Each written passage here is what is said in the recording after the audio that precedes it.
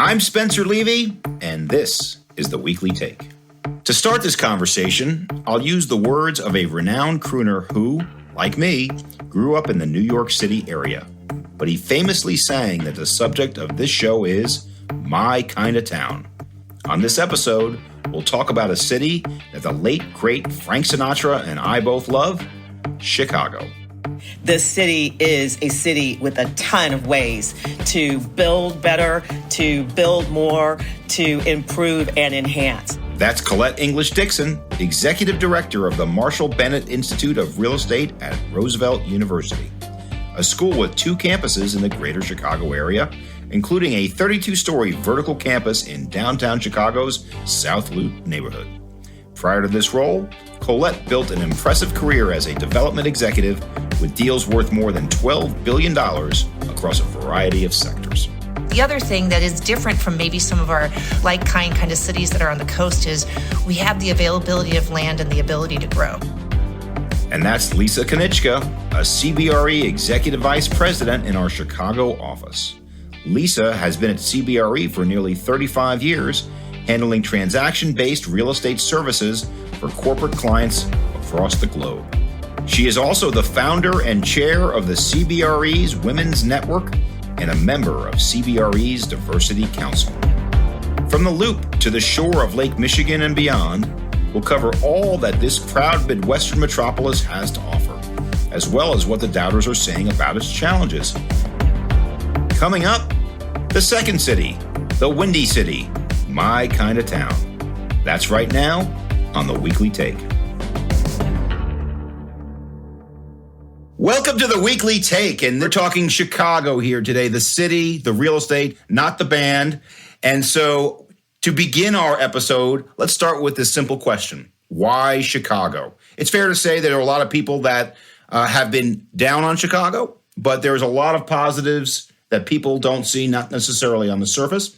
And I'd like to know why Chicago. So Collete, let's start with you. Why not Chicago? I mean, Chicago is the 3rd to 4th largest city in the country. It has an incredibly talented workforce. It has proximity to the largest body of fresh water in the world. It has a diversity of economic sectors. It is a beautiful day, even in the winter. We've got a great basketball team. And from an economic perspective, the ability to come here for talent, companies need talent, especially right now.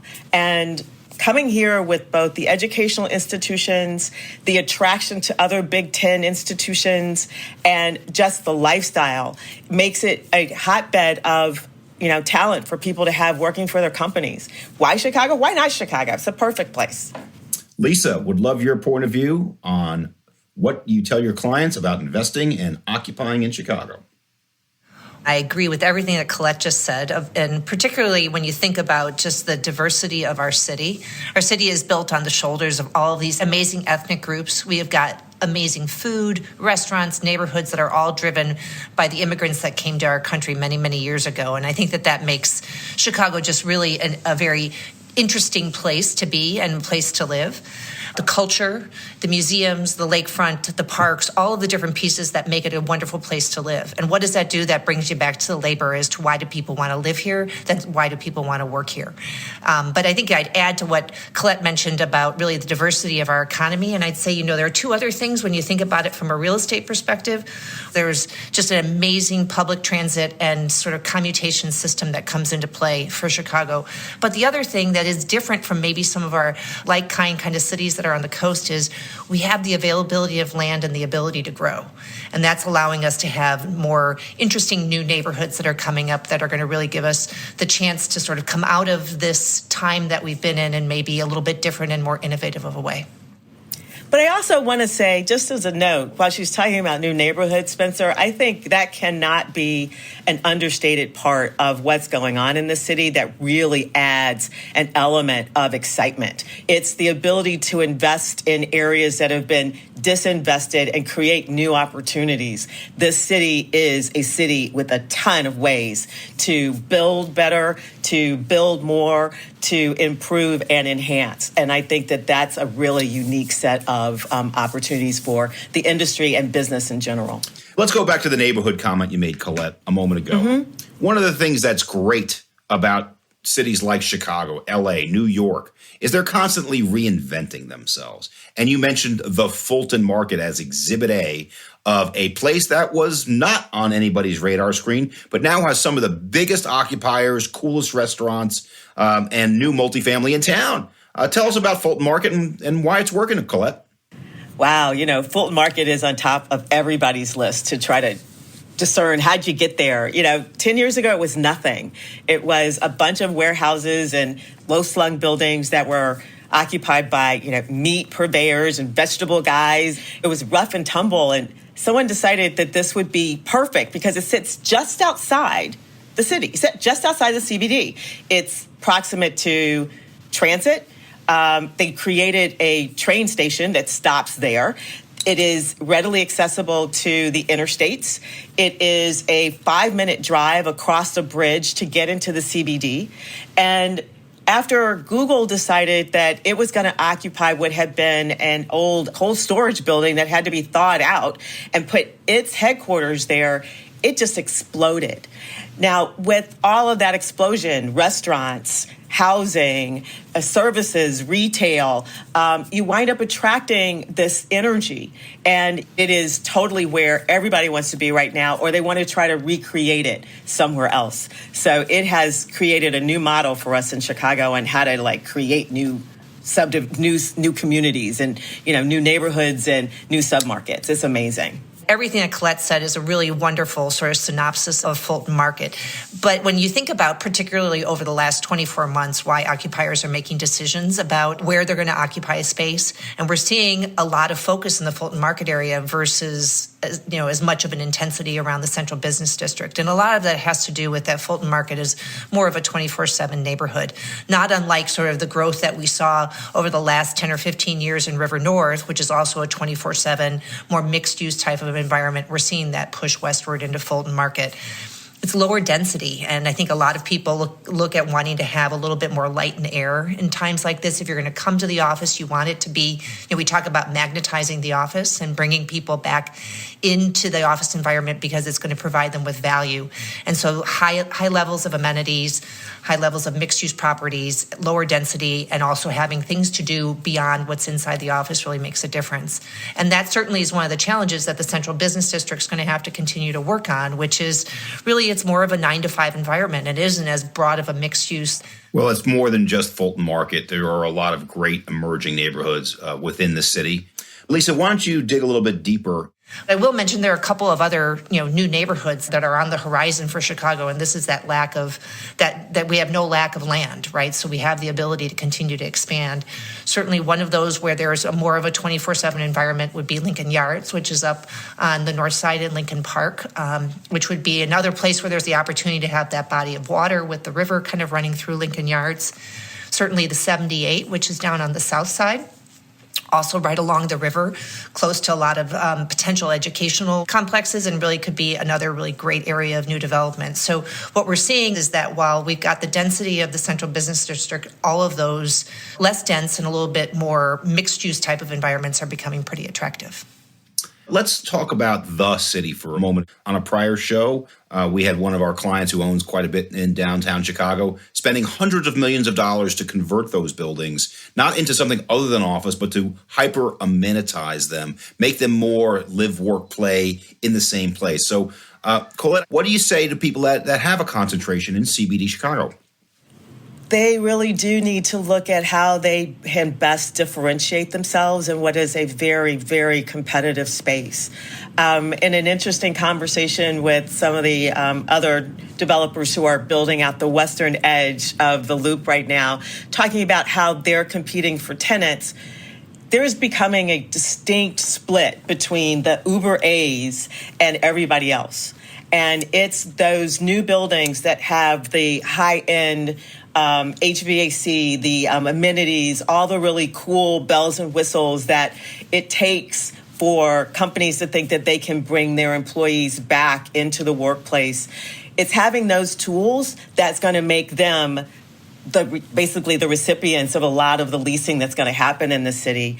And there are opportunities for buildings that are in unique locations like the South Street corridor, which is being looked at as in the midst of a transformation between being purely kind of an office space, an office corridor, the financial district spine, as companies have left those buildings and left significant square footage behind. Now's the time to look at how you change the nature of some of these corridors, how you bring in some of the drivers of residential, entertainment, restaurant, different service uses that revitalize and energize the areas around these buildings. So if you own buildings in any of these spaces, if you are not in a building that has the latest and greatest bells and whistles and all of the great neighborhood vibe that goes around, even like Lakeshore East or some of the stuff along the West Loop, you've got to think about how you bring a different energy to the building that you have.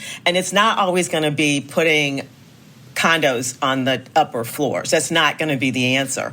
It's going to be stuff that starts at the street level and works its way through. But this city will help with that. This city will actually respond to that. It's showing it in buildings already.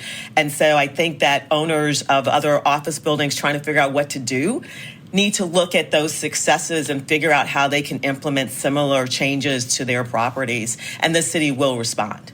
Well, one of our clients, a German group called Commerce Bank, owns a building called 125 South Clark in Chicago that has a beautiful food court on its first floor. And food court's probably the wrong way to put it.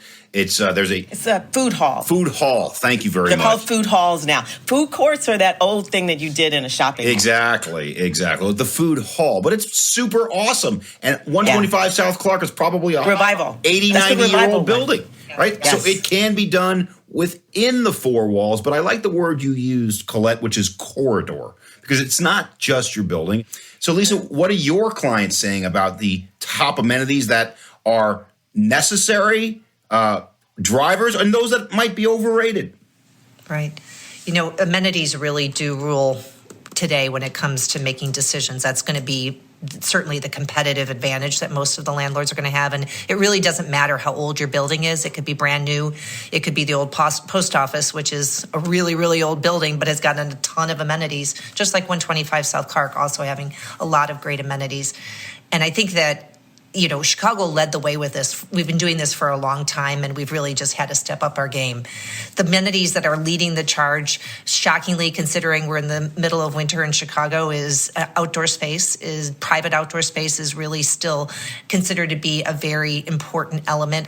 There are a lot of really creative amenities that we're seeing some landlords come forward with. Certainly, co-working and having some level of flexibility as a element of the amenities offered within the building. Obviously, not for free. Those are certainly something you have to pay for, but certainly having that ability to flex within your building on an interim basis is important.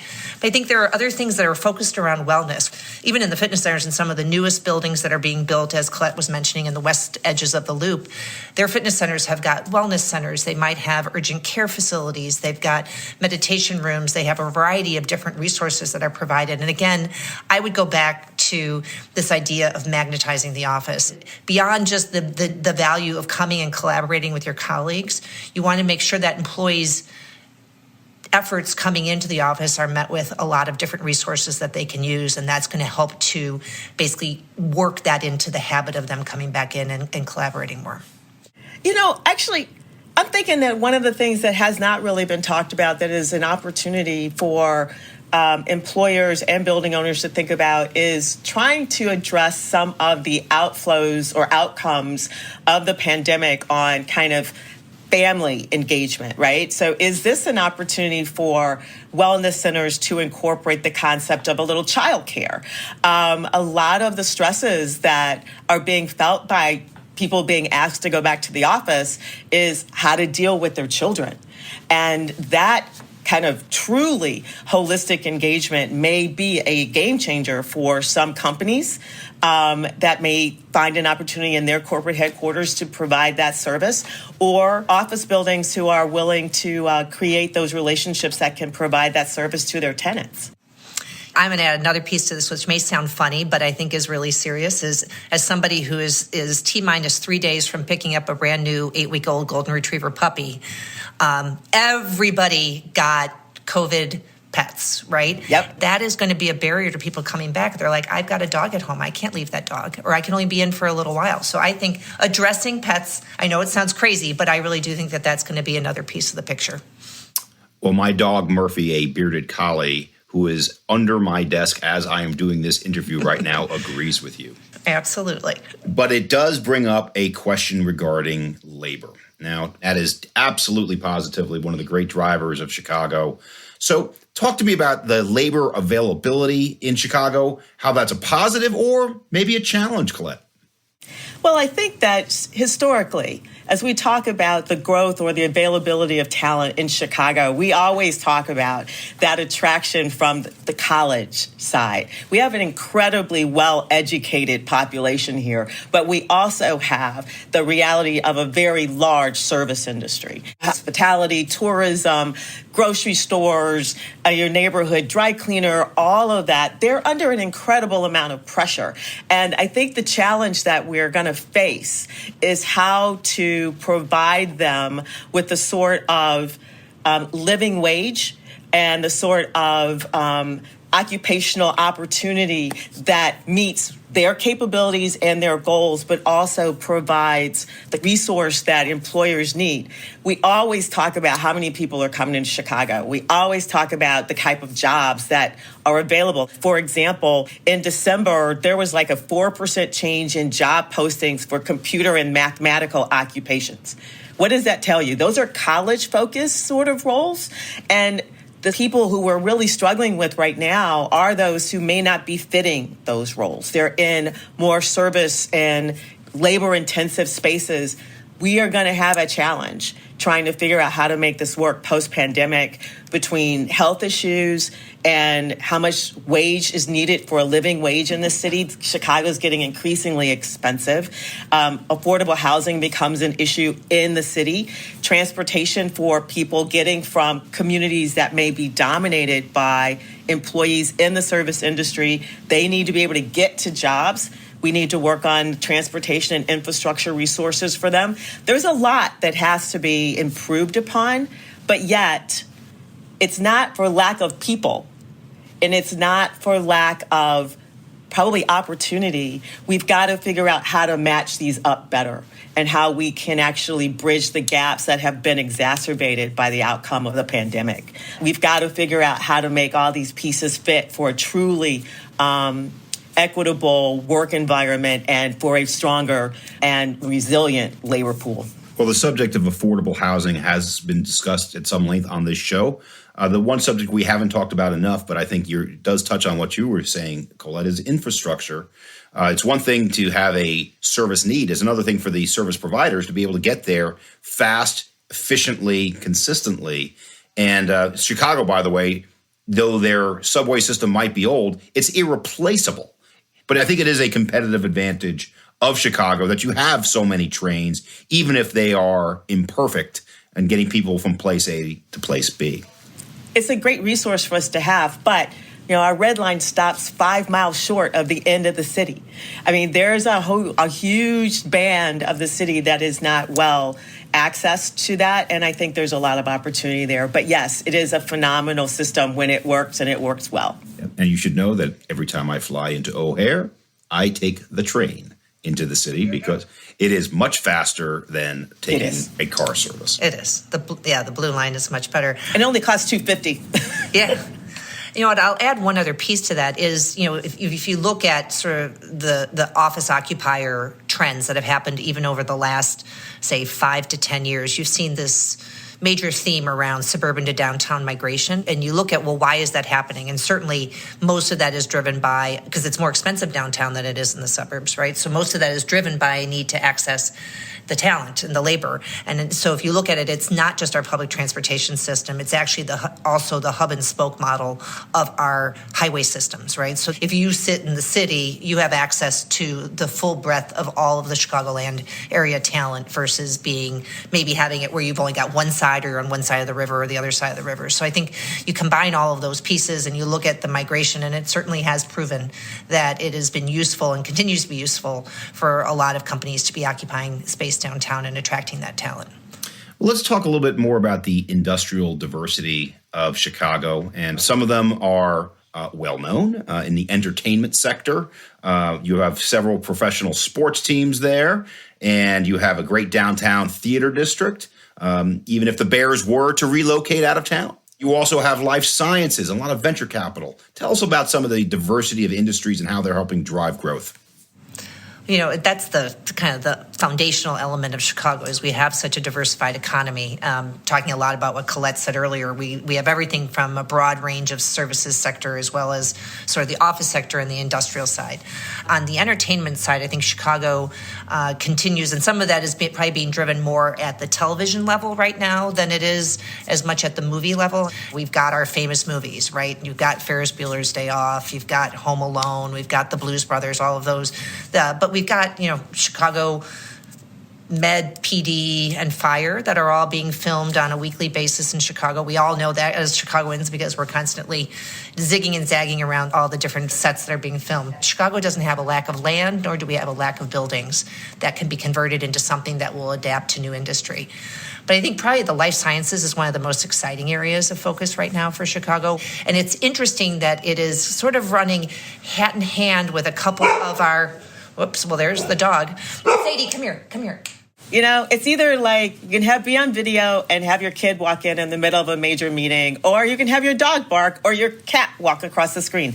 There's always something going on during these a days. podcast. Yes. Okay. So if you look at the life sciences sector and really where our growth is, what I find interesting is that focus is on some of the new expanding neighborhoods that we were just talking about earlier. So whether that's Fulton Market or you look at Lincoln Yards, likewise, new area that's looking to do the same type of development, or you look at the Illinois Medical District and some of those areas where there's certainly some support. It's not in the central business district. It's actually in these new neighborhoods where we see growth. And what we believe is with such a great base up in the north side, up near Lake Forest, where a lot of our large companies like Abbott and Baxter are housed, that we see this opportunity for a life sciences growth in Chicago. And we see these new neighborhoods as really being where that focus is. Let's now talk about some of the doubters. There are doubters about Chicago. In fact, on last week's show, we had one of our guests, James Shevlin, the president and COO of CW Capital,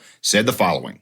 I'm very concerned about Chicago, where you've got older buildings, very expensive to improve that space, and very large block space that has to be subdivided. Almost, it doesn't make economic sense on some of those buildings. Collete, what do you say?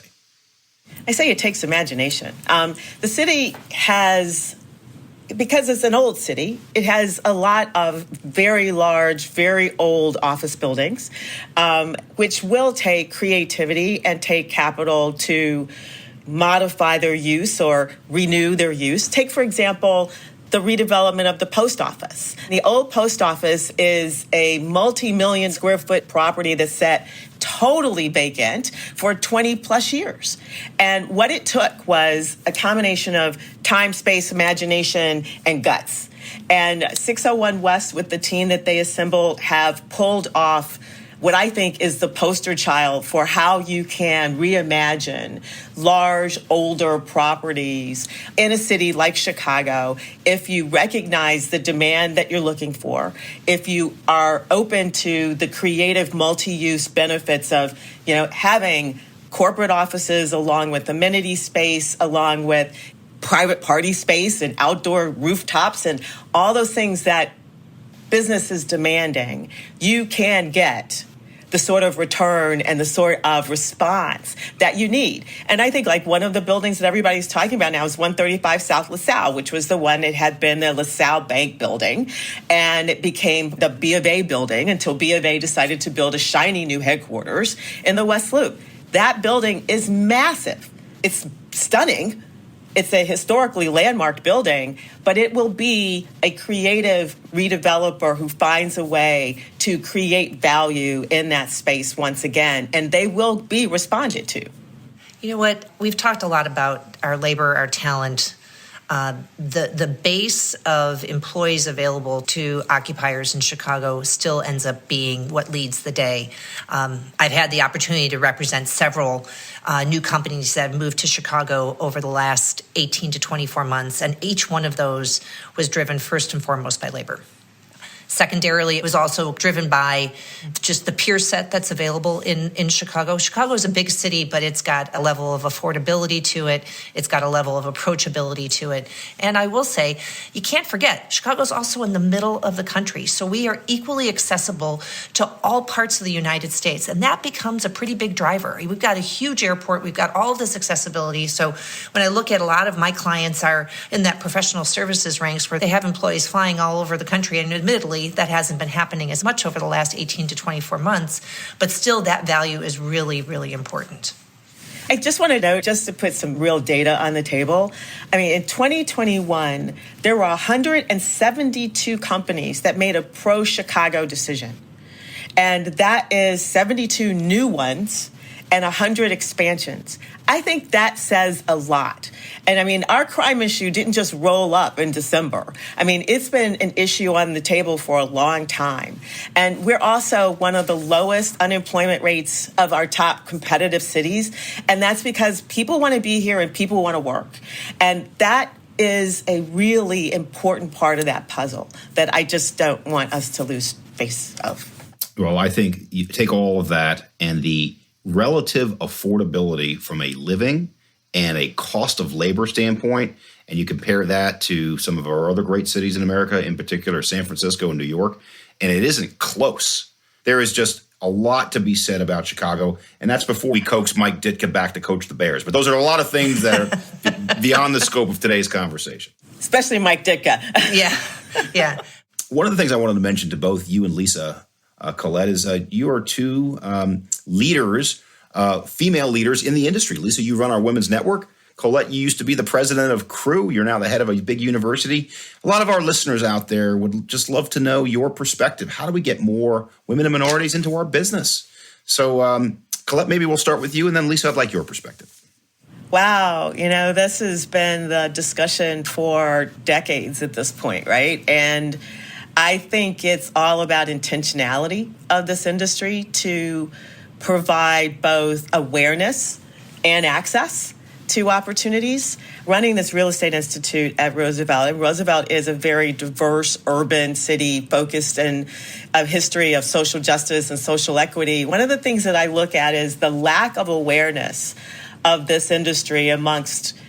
We have a very interesting demographic that dominates this industry, and it's because it's driven by money.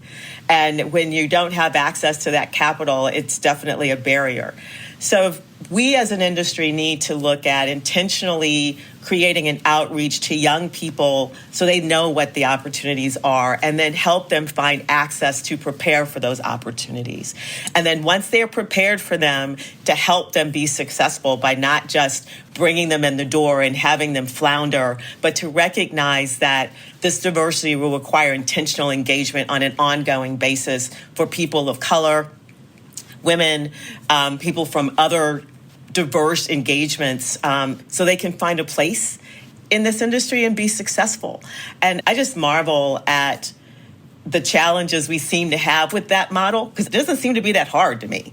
And it doesn't seem like it's rocket science to figure that out, because, oh, by the way, this is not a rocket science industry. That we have not been able to do better when we've been talking about diversity in this industry for my entire career. Lisa, what do you think? No, I agree. I think that it starts with this core fundamental of diversity of thought leads to brilliant ideas, right? So if you don't have a diverse group of people around the table, how will you ever get to those brilliant ideas? And so when I think about it, I appreciate everything Collete said, because that really starts the conversation about how to get people into the industry. But I think there's this other piece that is so important, is that we've spent so much time over the length of my career and the almost 22 years I've been running the Women's Network at CB, just trying to get a woman into a role, a diverse person into a role.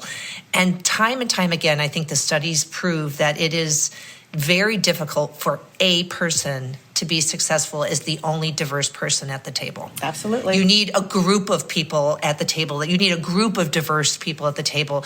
And I'll look at CBRE as a great example of that. At the beginning, we were getting a woman into a role, and it was so hard for her to really achieve and succeed in that role, whether it was a stretch role or not.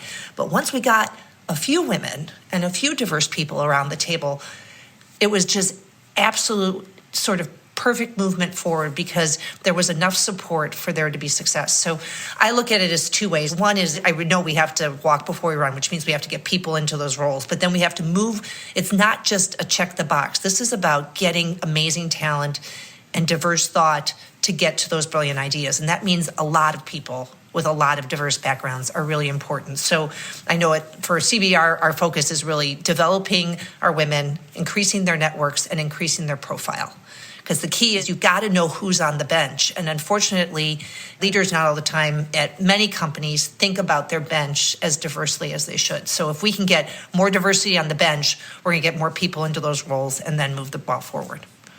Agreed with all of that. And we have a long, long way to go. But I think that if there is any silver lining to the terrible COVID crisis we've gone through and some of the social unrest we saw in the summer of 2020, I think that this has now moved way up on the agenda, that people are really focused on it, and hopefully that will show up with tangible results for people at all different levels within our business. Spencer, I'm just going to add one thing to that, though, as I will say that, the pandemic is said in some studies to have set back the gender equality movement by 20 years. 2 years sets it back by 20 years because so many women had to make decisions about their families. It's the same deal, whether it's about a diverse candidate or about a woman. The focus is there, but the issue got bigger during the last 24 months. So that's the part we really have to focus on as well. I agree. Absolutely important. Well, Collete and Lisa, let's fast forward 3 or 4 years in Chicago. Looking back, what are we going to see? What do you think is going to be the changes to Chicago, positive or negative, in the next 3 to 4 years? Collete. Oh, wow. I mean, I could get into all sorts of things. I think we'll have a different mayor. I don't know that that's a popular comment, but I do think that's very likely. I can't envision who that's going to be, but I do think that is likely to be the case. And with that will come a whole different level of expectations and probably disappointments on how you can actually move the needle on some of our more challenging issues. But I think we will find that the CBD will begin to evolve from its historical, very office-focused engagement to being something much more diverse in how our various corridors are engaged with different industries, different uses. And I think that will give a different vitality as a rebound from what we currently see as a very, very quiet CBD as we're kind of getting through the pandemic. I think we'll see some great successes from the expansion of O'Hare. I think we'll start to feel some of the benefits of the other infrastructure investment that has been pledged as a result of the Build Better bill that has delivered a significant amount of money to the city. I think what we will benefit from there will be wonderful. But I think we're still going to be struggling with some of the issues around economic inequity in our neighborhoods. These are not easy fixes because they didn't happen quickly. They won't be changed quickly. But what I hope we'll see is a continued determined effort to right those issues and find pathways to enhance the quality of life, education, and economic viability of our neighborhoods, which will contribute to the strength and the vitality of our city as a whole. That's my vision. I'm probably 3 to 4, maybe 5 years out, but that's what I hope we'll see. I agree with what Collete said around what I hope for our city as a whole. So maybe I'll spend a little time focused on what I hope for on the real estate side of things for Chicago. I see that there'll be continued growth in Fulton Market, but I think that at least one of these other neighborhoods, whether it be Lincoln Yards or the 78, is going to take off. Some part of it is going to start to go in the next, let's say, 5 years, knowing it takes 24 to 36 months to build a building in Chicago. And I think that it's going to be driven by the pendulum kind of swinging back, right? The pendulum of how you work has swung all the way to the edge, right? Everybody wants to work from home. Everybody's comfortable being in a remote environment. And I do believe that as the pandemic becomes endemic or starts to recede from being in crisis, that pendulum is going to swing back. And then what's going to happen is there's going to be a focus, though, on making opportunities for occupancy proximate to where people live, so that it makes it part of their life versus a place that they go. And so I do believe that we will see some additional development start to expand further out. What happens within the more central business district, I think I'll borrow Colette's word, really boils down to creativity. I give 601 West a lot of credit for what they were able to envision along with the Telos organization at the post office. They hit it out of the park, and I think it's a great example of what can continue to happen. I think 125 South Clark is another great example of taking an old asset and completely revisioning it. So I think that that's going to take a little more time because you got to pull the creativity together and then do all the work. So that may take 3, 4, 5 years, but I think that that's going to be probably the next step after that. So on behalf of the Weekly Take, I first want to thank Collete English Dixon, Executive Director of the Marshall Bennett Institute of Real Estate at Roosevelt University, and I'm proud to say a longtime friend of mine, former president of CREW, just one of the great leaders of our industry. Collete, thanks for joining. Thanks, Spencer. It's been a blast. And then I want to thank another great friend of mine, Lisa Konieczka, one of the leading leasing experts in Chicago and beyond, the head of CBRE's Women's Network for so many years, and just a terrific professional and expert on the Chicago market. Lisa, thank you so much for joining the show. Thank you so much for having me. It's really been so much fun to see you guys and talk to you today. Thanks again to our guests, to Lisa's dog Sadie as well, and to you, of course, for taking part in our tour of Chicago. For more, visit our website, cbre.com/theweeklytake. In the weeks to come, we'll explore other cities and markets, including an episode on Dallas that we've got in the works. And in the spirit of the Super Bowl, coming up in a matter of weeks, we'll be talking football and commercial real estate with the Chief of Staff of the LA Chargers. As we get set for the kickoff of those programs and more, we hope you'll share this one, as well as subscribe, rate, and review us wherever you listen. Thanks again for joining us. I'm Spencer Levy. Be smart, be safe, be well.